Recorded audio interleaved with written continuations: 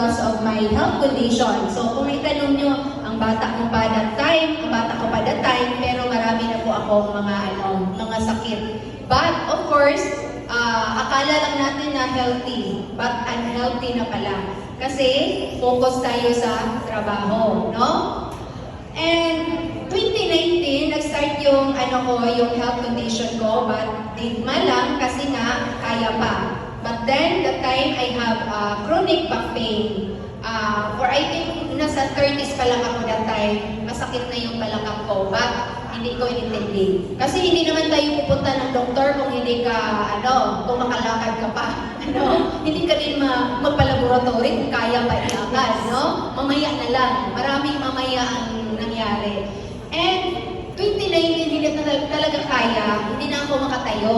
So, ang sakit ng balakang ko talaga. But then, I have also migraine. Since college, nag-migraine